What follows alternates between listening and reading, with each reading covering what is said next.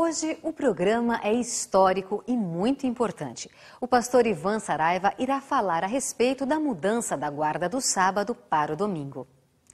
Quando a igreja começou a guardar o domingo, por que fez isso? Quais as implicações e consequências dessa atitude? O que devemos fazer diante dos fatos históricos? Essas e outras perguntas serão respondidas no programa de hoje. Não saia daí, porque o Está Escrito começa agora.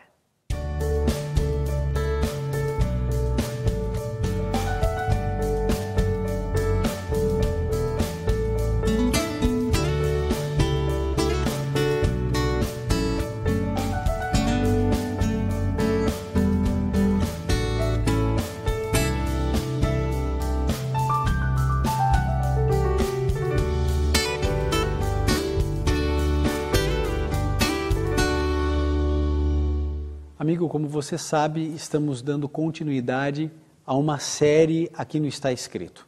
Começamos essa pequenina série de 5 programas falando sobre o sábado no Antigo Testamento, o sábado no Novo Testamento, Jesus e o sábado, e hoje vamos entender um pouquinho a mudança do sábado para o domingo, como aconteceu isso, por que aconteceu isso, quais as implicações desse tipo de atitude e como isso tem afetado a minha e a sua vida.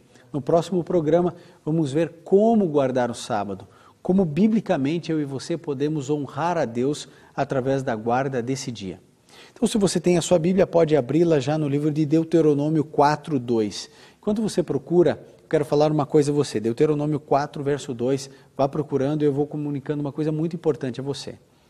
Antes de qualquer coisa, a gente precisa estabelecer bases aqui. A primeira delas, o indivíduo que guarda o domingo é uma boa pessoa, sincera, é uma pessoa devota a Deus, que quer cumprir a sua palavra, uma pessoa linda aos olhos de Jesus. Qualquer pessoa que guarde e observe o domingo. Toda pessoa que guarda o sábado é uma pessoa devota a Deus, é uma pessoa que quer servir ao Senhor, é uma pessoa que quer cumprir a sua vontade. Então aqui nós não estamos fazendo nenhum juízo de valor a respeito do caráter, da integridade espiritual de qualquer observador, do domingo ou do sábado. Nós estaremos entendendo hoje por que o sábado, que é tão evidente na Bíblia, todas as solenidades dele foram passadas, transferidas para o primeiro dia da semana, para o domingo. Você entenderá melhor quando e por que isso aconteceu.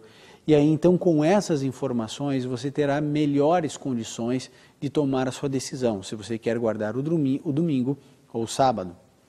Então, Deuteronômio 4, verso 2 diz assim: Nada acrescentareis ao que vos ordeno, e nada diminuireis dela, para que guardeis os mandamentos do Senhor vosso Deus, que vos ordeno.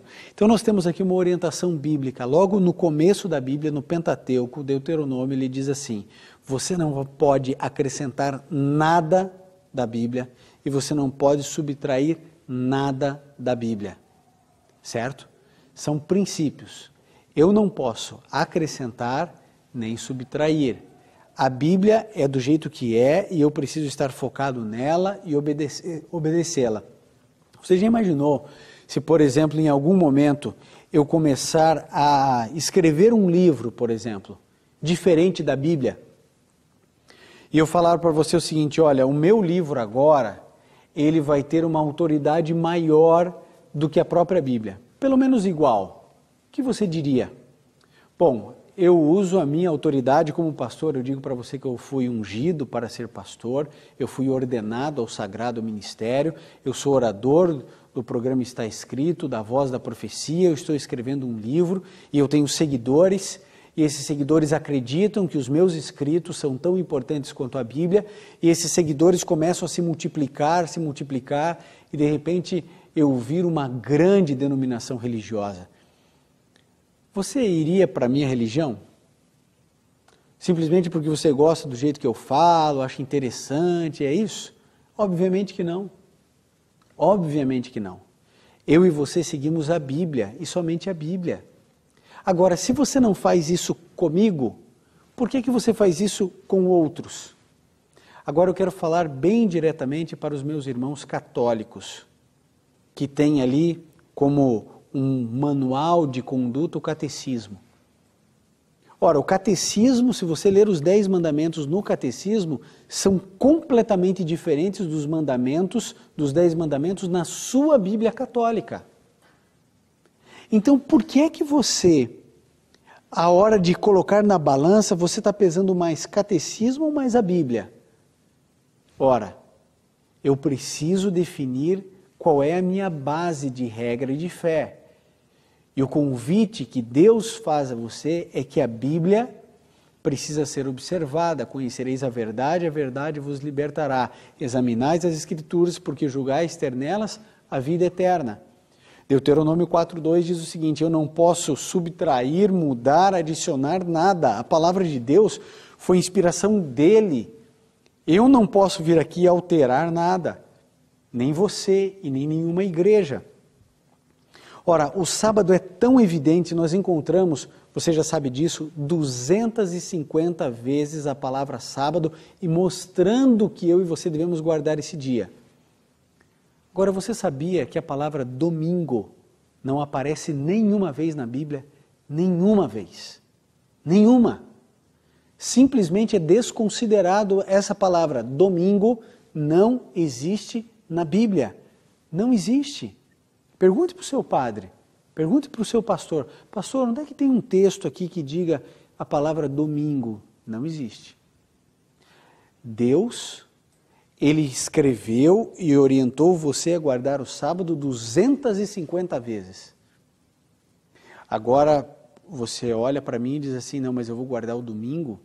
Bom, vamos ver todas as vezes que a Bíblia cita o primeiro dia da semana, não usa a expressão domingo, usa primeiro dia da semana. São 8 versos apenas, 8 versos. Existe um no livro de Mateus, um no livro de Marcos, 2 no livro de Lucas, depois nós temos um no livro de João, no livro de Atos e 1 Coríntios. Ok? Nós encontramos nesses textos aqui algumas coisas importantes para você perceber que todas as vezes que a Bíblia cita o primeiro dia de semana, nada tem a ver com a transferência do sábado para o domingo, nem para se guardar o domingo. Vamos lá então, eu faço questão de ler cada um desses textos. O primeiro deles, Mateus 28, verso 1. Abra sua Bíblia, você que acompanha o Está Escrito já sabe, sempre com a Bíblia aberta, caneta, papel, porque você tem que anotar essas passagens. Lógico que esses programas, eles rapidamente estão na internet, não tem problema algum, você pode sempre acompanhar. Mas é bom que você tenha suas anotações pessoais. Então, Mateus 28, 1 diz assim, depois do sábado, ao raiar do primeiro dia da semana, Maria Madalena e a outra Maria foram ver o sepulcro. Está constatando, inserindo elas dentro de um tempo. Depois do sábado, no primeiro dia da semana, elas foram ver o sepulcro de Jesus. Foi ali que elas descobriram que Jesus havia ressuscitado. Vamos lá, Marcos 16, verso 2. Marcos 16, no verso 2, vamos lá, vamos na peregrinação, 16, verso 2. Muito cedo, no primeiro dia da semana, logo depois do nascer do sol, foram ao sepulcro. É a mesma visão, é a mesma narrativa, agora do evangelista Lucas, falando da mesma situação, das mulheres. Maria Madalena, Maria mãe de Jesus, Salomé, estavam todas ali presentes. Agora no verso 9 você encontra o seguinte, tendo Jesus ressurgido de manhã cedo no primeiro dia da semana, apareceu primeiro a Maria Madalena, ao qual tinha expulsado os 7 demônios. Jesus ressuscitou no domingo, que é o primeiro dia da semana, a palavra domingo não aparece, simplesmente Jesus surge ou ressurge da morte no primeiro dia da semana. Agora Lucas 24, verso 1. Vamos lá. Nós estamos caminhando e avançando, são as únicas passagens que falam a respeito do primeiro dia da semana, que eu e você chamamos de domingo. Lucas 24, 1 diz, no primeiro dia da semana, bem cedo, elas foram ao sepulcro, levando as especiarias que tinham preparado, mais uma vez, o contexto da ressurreição de Jesus. Agora, no quarto evangelho, João, no capítulo 20, no verso 1, nós lemos: na madrugada do primeiro dia da semana, sendo ainda escuro, Maria Madalena foi ao sepulcro e viu que a pedra fora revolvida da entrada. Mais uma vez o mesmo contexto. Atos agora 20, verso 7. Atos, no capítulo 20, no verso 7. No primeiro dia da semana, reunindo-se os discípulos para partir o pão, Paulo, que havia de sair no dia seguinte, falava com eles e prolongou o seu discurso até a meia-noite. Então, no primeiro dia da semana, ele estava reunido com seus discípulos, teria que viajar no outro dia. Não há menção alguma de qualquer situação de que as solenidades do sábado foram transferidas para o domingo. E agora 1 Coríntios 16, verso 2. Veja, estou fazendo questão de passar todos os versos para que você leia. Porque se eu apenas citasse, talvez você tivesse preguiça, não tivesse tempo. Então eu estou lendo para que você perceba bem. 1 Coríntios 16, 2. No primeiro dia da semana, cada um de vós ponha de parte o que puder juntar, conforme a sua propriedade, para que se façam as coletas quando eu chegar. Então ele estava dizendo o seguinte: olha, aí no primeiro dia da semana, cada um de vocês vai oferecer o que puder, porque os nossos irmãos em Jerusalém estão passando muitas necessidades em função da perseguição. Então ele estava falando aqui para os irmãos em Coríntio, para eles ajudarem os outros irmãos em Jerusalém. Aqui é apenas uma coleta. Então aqui se acabam todos os textos que falam a respeito do primeiro dia da semana em toda a Bíblia. Não apenas no Novo Testamento. Veja, nós só lemos o Novo Testamento porque só aparece no Novo Testamento. O Velho Testamento, o Antigo Testamento, não aparece uma única vez, nem sequer citando o primeiro dia da semana. Agora eu pergunto, se não é bíblico, por que razão trocaram as solenidades do sábado para o domingo? Por que razão? Vou explicar algumas coisas para você. Qual foi a primeira igreja do mundo? Igreja vem de eclésia, de eclesia, que quer dizer ajuntamento de pessoas. Qual foi o primeiro ajuntamento de pessoas? Quando a gente vai para Mateus 16, a gente descobre ali que os discípulos eram a primeira igreja de Cristo. Eles foram a base, o núcleo da igreja de Cristo na terra, certo? Essa igreja, ela é fundamentada em quem? Na rocha que é Cristo Jesus. Ela não está fundamentada em Pedro, em Paulo, em João, em Maria, pessoas super especiais, consagradas, mas que são pecadores ou pecadora como eu e como você. Então, a igreja, ajuntamento de pessoas alicerçada em Cristo Jesus, e começou-se então a igreja. Vocês se lembram em Atos 2, Pedro pregando, 3.000 pessoas se convertendo. Obviamente que ele estava ali num processo de colheita de tudo aquilo que Jesus havia semeado durante os 3 anos e meio de ministério. A igreja crescia, se desenvolvia, as pessoas eram batizadas. O batismo é a forma como um indivíduo se torna cristão, é o caminho, ou a porta de entrada para você poder ir para o céu. Tudo isso aí é o batismo, essa é a igreja, como ela está unida e formatada. Então, que igreja era a igreja primitiva? Era a igreja apostólica. Era uma igreja universalizada, porque era o sacerdócio oferecido para todos os crentes.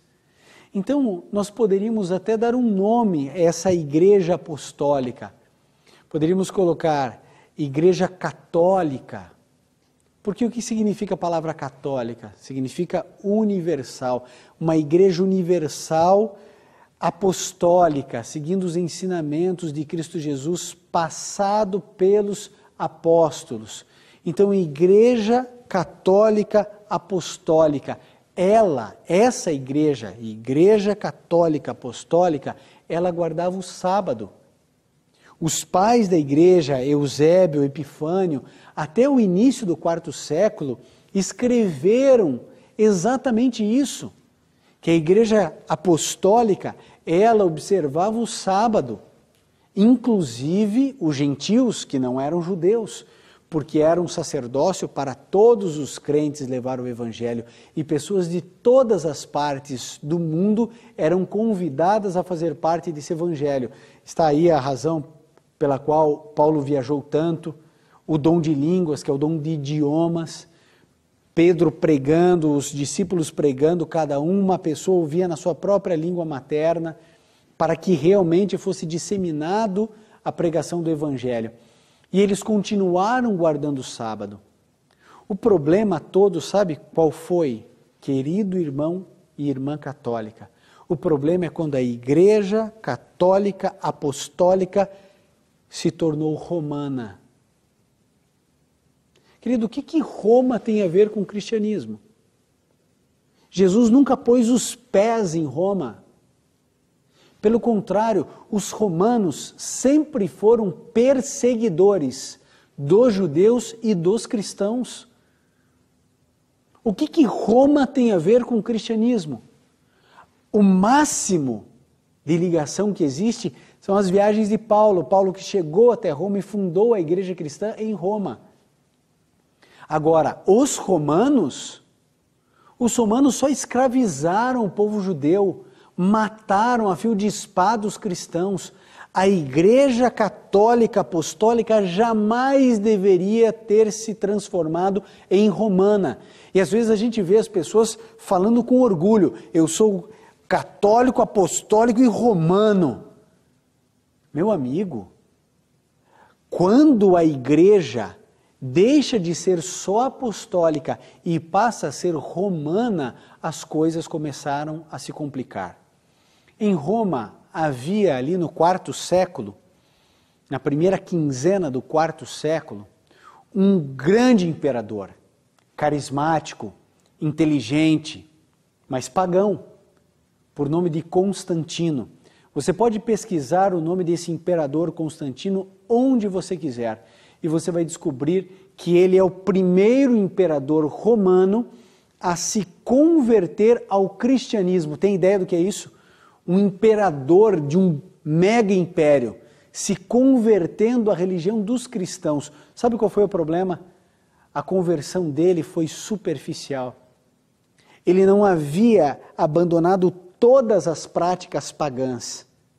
Ele tentou viver o cristianismo, mas ele fez uma das piores coisas que se poderia fazer para o cristianismo. Vocês sabem que ele declarou que ele teve um sonho, ele estava para ter uma guerra, uma batalha terrível, e ele teve um sonho, in hoc signo vinces.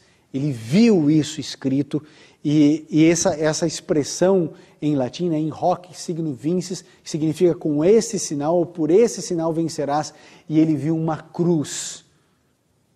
E aí então ele foi para a guerra com uma cruz à frente, e ele venceu a batalha. A sua conversão se deu nesse contexto de guerra, usando a cruz para matar. Olha que coisa estranha, antagônico. Jesus, que nos ensina a amar o inimigo, ele estava indo para uma guerra em nome de Jesus de Nazaré. Jesus nunca patrocinou guerra alguma. Ele nunca foi... A gente precisa cuidar muito com isso. Nesse processo de violência, ele toma a decisão de se converter. Só que quando ele se converte, a sua conversão não foi tão profunda quanto nós gostaríamos. E ele começa a inserir elementos do cristianismo dentro do paganismo e elementos do paganismo dentro do cristianismo. E começa a se unir, ou unir o império que era dividido entre pagãos e cristãos, porque nesse contexto, em 320, já era muito grande o cristianismo. Eles já não tinham mais condições de perseguir os cristãos, porque eles eram parte ativa da economia de todo o Império Romano. Então a Igreja Católica, ou seja, universal, apostólica, até esse contexto guardava que dia? O sábado, porque o sábado jamais foi abolido. No entanto, é bem verdade que no segundo e no terceiro século, no final do século 100, no início e na metade do ano 200, já existiam pessoas, pais da igreja, homens piedosos, que faziam sim referência ao domingo como um dia especial pelo fato de Jesus ter ressuscitado. Mas também haviam pais da igreja fazendo referências à sexta-feira, porque Jesus Cristo morreu na sexta-feira. Agora, em momento algum, havia a troca do sábado para o domingo, até que no ano 321, de maneira bem específica, no dia 7 de março, Constantino coloca um decreto que todos agora deveriam guardar o dia do sol, que é o domingo, porque a nação, o Império Romano, adorava o sol, o deus Mitra. O mitraísmo tem as suas raízes dentro de Roma. Querido, Roma sempre foi pagã.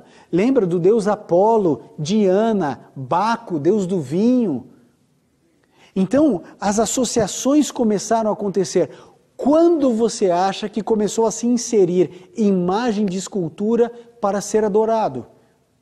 Isso é próprio do paganismo.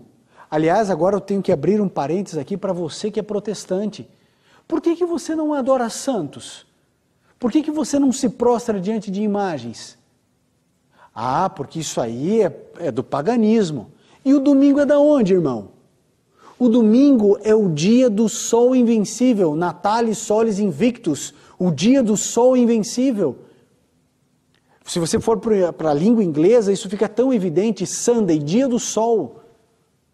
Agora, como unir um paganismo tão bárbaro como esse com o cristianismo? Ora, Jesus ressuscitou no domingo.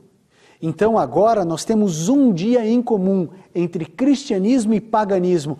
Esses aqui adoram o sol, esses aqui começam a se apaixonar pelo domingo porque é o dia da ressurreição. Então peraí, deixa a lei de Deus de lado e vamos agora adorar a Deus nesse dia. É o mesmo dia, economicamente é muito mais viável para o Estado, é tudo muito melhor. E aí então os elementos do paganismo foram se fundindo ao cristianismo e do cristianismo ao paganismo de uma maneira que ficou uma grande Babilônia tudo. A Igreja Católica Apostólica jamais deveria ter aceitado as recomendações de Constantino. E aí então em 364, no Concílio da Calcedônia, então a Igreja, não mais o Império, a Igreja agora declara que o domingo era o dia de se observar e de se guardar. Nesse contexto surgem os primeiros protestantes. Os protestantes não começaram lá com um grupo de príncipes e de pessoas que estavam discordando do catolicismo lá na Idade Média. Os primeiros protestantes eram católicos apostólicos que falaram não. O dia de guarda é o sábado, nós devemos guardar o sábado, esse é o dia que o Senhor nos deu. E aí então começou-se novamente perseguição para aqueles que não estavam agora aceitando a união de igreja com o Estado. Todas as vezes que a igreja se uniu ao Estado, pessoas foram perseguidas, mortas, queimadas vivas. Isso começou no passado, depois ele se repetiu nesse período, depois na Idade Média e irá se repetir no futuro. Agora eu preciso dizer uma coisa a você. Abra sua Bíblia em Daniel, no capítulo 7, no verso 25. Livro de Daniel, aqui nós encontramos algo importante para a nossa reflexão. Daniel 7, 25. Nós encontramos a manifestação de um Deus soberano em todo o universo. Como é que Deus permitiu? Deus já sabia que isso iria acontecer. Daniel 7, 25 diz assim, proferirá, falando a respeito de um poder religioso que iria assumir elementos do paganismo. Esse é o contexto de Daniel 7, um poder religioso que iria se corromper, assumir elementos do paganismo e diz assim, proferirá palavras contra o Altíssimo, destruirá os santos do Altíssimo, perseguição, e cuidará em mudar os tempos e a lei. Foi exatamente isso que aconteceu. Querido, se a Igreja Católica Apostólica dissesse não a Constantino, não ao paganismo, eu hoje seria membro da Igreja Católica Apostólica. E talvez tivéssemos uma única denominação cristã. Mas quando ela se fundiu, quando ela se uniu a Roma, quando se uniu ao paganismo, aí, meu amigo, aí eu dou 3 passos. E você, católico, apostólico, deveria falar: não sou romano. Você pode ser de Jerusalém, você pode ser de Jesus, você pode ser do que quiser, menos romano. Roma não, irmão. Roma não. Eu e você não temos nada com o paganismo. Deus havia profetizado 1000 anos antes, 1 milênio. O Brasil não tem 600 anos. 1 milênio antes de Constantino nascer, Deus havia profetizado de que essa igreja, esse poder religioso que veio puro até o 4º século, até a primeira metade do 4º século, haveria de se corromper, destruiria os santos do Altíssimo, e como a igreja católica apostólica, agora sim romana, perseguiu cristãos. E quantas pessoas ela matou. E quantos índios foram escravizados e mortos por jesuítas. Você conhece a história brasileira. Isso não aconteceu apenas no Brasil. Em nome de tirar as pessoas do paganismo e convertê-las à força, milhares e milhares e milhares de pessoas morreram. Interessante, livrar índios do paganismo, mas no seu passado, infelizmente, se uniu ao paganismo. Deus disse: cuidará em mudar os tempos e a lei. Hoje, um dia, ele é colocado da meia-noite à meia-noite. Não tem sentido lógico algum um dia começar no meio da noite, nem terminar no meio da noite. Mas mudaram os tempos e também mudaram a lei. Pegue o catecismo da Igreja Católica e você vai descobrir que no lugar de estar escrito para guardar o sábado, está dizendo para você guardar domingos e festas. Ah, querido, eu não posso aceitar uma coisa dessa e nem você. Essa mudança descabida, inválida, que deturpou a Bíblia, ela precisa receber um basta, pelo menos na sua vida. Por isso eu vou fazer 2 apelos aqui. Em primeiro lugar para você, meu irmão católico. Em primeiro lugar para você. Querido, Deus se preocupa contigo. Ele quer o melhor para você. E hoje Ele está explicando para você que no passado a Igreja Católica Apostólica era pura, mas ela se fundiu a Roma, a Constantino. E em função disso, a Igreja se corrompeu. Você não precisa de nada disso. Pelo contrário, você pode ter uma vida pura, seguindo unicamente a Bíblia. E agora para você, meu amigo, que é protestante, evangélico, pentecostal, sabe qual a razão pela qual eu guardo o sábado? É a mesma razão pela qual você não adora imagens de escultura. Porque os 10 mandamentos diz que eu não devo adorar imagem de escultura, mas os mesmos mandamentos declaram que eu devo guardar o sábado. O apelo que eu faço para você é esse. Querido, Deus é eterno. Deus é para sempre. Nele não há sombra de variação. O livro de Deuteronômio 4:2, primeiro texto que lemos, diz que nós não podemos diminuir nem acrescentar nada na palavra do Senhor. Nada. A Bíblia é expressa a vontade de Deus para a sua vida. Hoje é o dia de você romper com o dia do sol. Hoje é o dia de você romper com o mitraísmo e voltar-se para a guarda do sábado, que é o dia do Senhor. O Nadson irá cantar agora. Enquanto ele cantar, querido, eu queria que você refletisse na letra desse hino, que declara um Deus poderoso, um Deus amoroso, mas um Deus que nunca falha e não falhará com você no seu intento de seguir a palavra de Deus na sua integralidade. Que Deus abençoe você na sua decisão.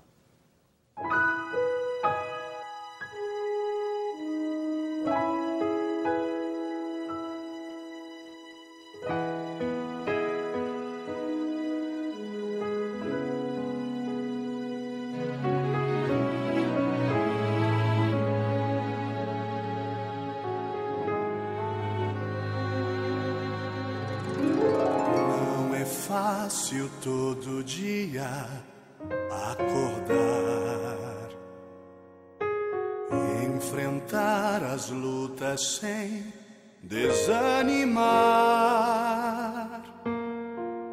ter certeza da vitória, uma fórmula ou resposta para todos os problemas resolver.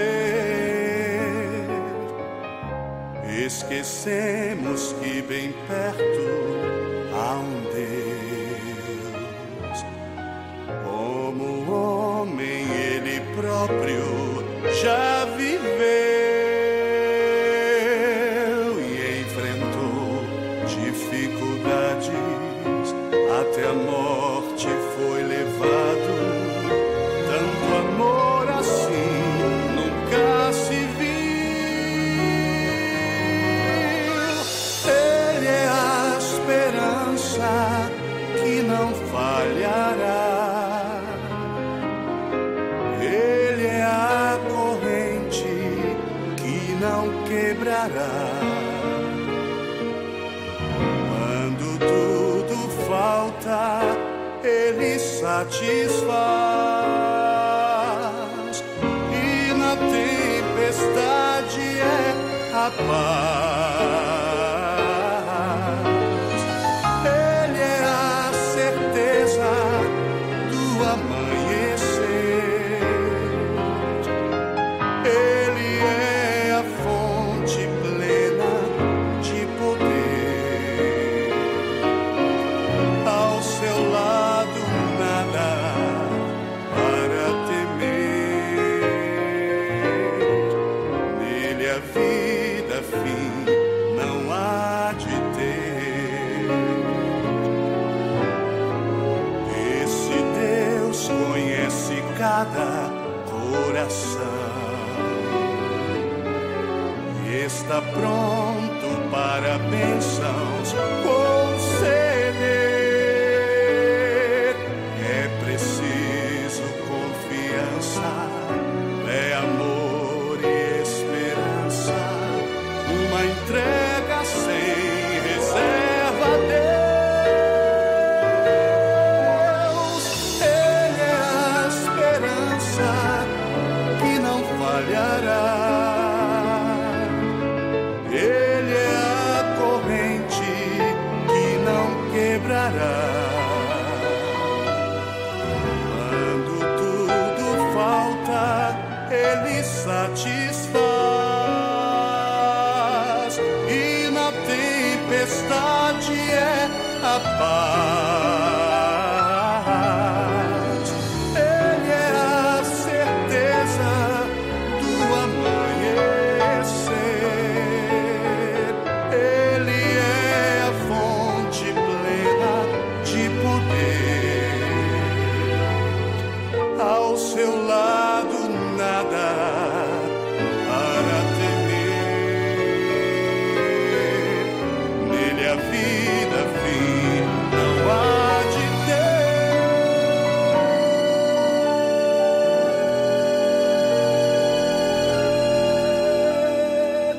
Nele a vida fim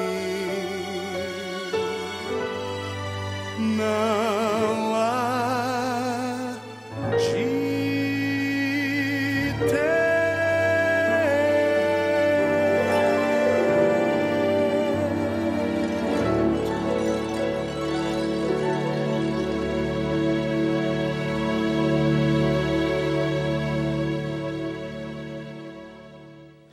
Ele é tudo o que você pode ter e o que você precisa ter. O seu compromisso, amigo, não é com nenhuma igreja, não é com nenhuma religião. O seu compromisso é com a palavra de Deus. Isso deveria ser o suficiente para você romper com o paganismo, com o romanismo. Talvez você hoje tenha tomado uma decisão. Não vou mais guardar o domingo. Hoje vou guardar o sábado. Essa é a sua decisão. Deveria ser. Ainda temos um último programa. No próximo programa nós falaremos sobre como guardar o sábado e você verá a pureza, a leveza e a beleza de se guardar o sábado, o dia que o Senhor nos ordenou. Infelizmente, a maior parte do cristianismo está longe da integralidade do cumprimento dos mandamentos do Senhor. No livro de Tiago, no capítulo 2, no verso 10, diz que se você tropeça em um mandamento, você se torna culpado de todos, porque ou você observa a lei ou não observa a lei. Se eu observar 9, mas roubar, de que adianta guardar os outros 9? Se eu guardar todos os mandamentos e não honrar meu pai e minha mãe, de que adianta os outros? Se você guardar todos os mandamentos, mas não guardar o sábado, de que adianta? Isso é semi-obediência, não é obediência. É a história do meio certo, do meio errado, é tudo errado. Ou você observa e obedece a lei do Senhor, ou não. Diante de você eu proponho vida ou morte, bênção ou maldição. Escolha a vida, para que você tenha vida, para que os teus filhos tenham a vida. Você nunca poderá um dia chegar para Deus e falar: Senhor, eu não sabia, fiz o meu melhor, fiz sincero. Não adianta, amigo. Hoje é o dia da decisão, hoje é o dia da entrega. Você está tendo consciência de muitas coisas. E agora eu quero orar por você. Se puder, feche seus olhos, curve sua fronte. Vamos juntos orar. Querido Pai, ajude os meus irmãos, católicos e evangélicos. Ajude o Senhor, não apenas para compreender, mas para viverem o teu sábado. Talvez sejam esquecidos por alguns, desprezados por outros, perseguidos por mais alguns, mas estarão ao teu lado e isso basta a qualquer um de nós. Entregamos essas decisões, cada uma delas em tuas mãos, em nome de Jesus. Amém. E lembre-se, amigo, está escrito: nem só de pão viverá o homem, mas de toda a palavra que sai da boca de Deus.